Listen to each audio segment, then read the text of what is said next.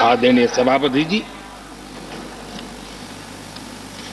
राष्ट्रपति जी ने अपने अभिभाषण में विस्तार से चार सबसे बड़ी जातियों के विषय में हम सबको संबोधित किया था। युवा, नारी, गरीब और हमारे अन्नदाता।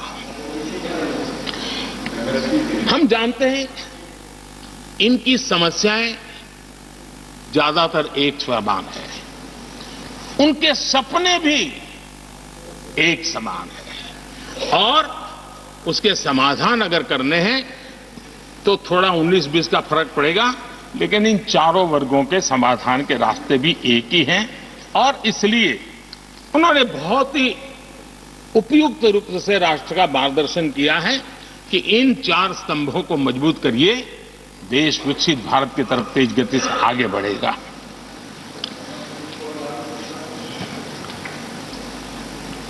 आदरणीय सभापति जी, अगर हम 21वीं सदी में हैं, हम विकसित भारत के सपनों को इसी सदी में 2047 तक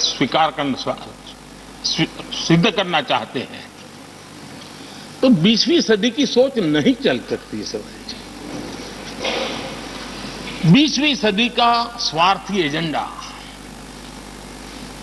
मैं और मेरा वाला जो खेल है ना, वो 21वीं सदी में देश को समृद्ध नहीं, विकसित भारत नहीं बना सकता है।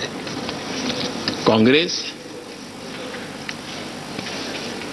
इन दिनों काफी बातें हो रही जाति की, फिर से एक बार क्यों जरूरत पड़ गई उनको मैं तो नहीं जानता हूं, लेकिन अगर उनको जरूरत पड़ी है तो पहले जरा अपने गरिबान में झांके तो उनको पता चलेगा क्या किया है। दलित, पिछड़े और आदिवासी, कांग्रेस जन्मजात उनकी सबसे बड़ी विरोधी रही है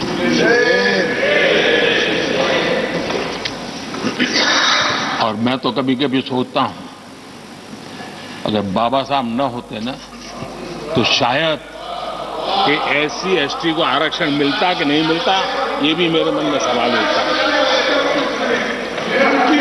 आदरणीय सभापति जी, और मैं ये कह रहा हूं, इसके पीछे मेरे पास प्रमाण है। इनकी सोच आज से नहीं, उस समय से ऐसी है, मेरे पास प्रमाण, और मैं प्रमाण के सिवाय मैं यहां कहने के लिए नहीं आया।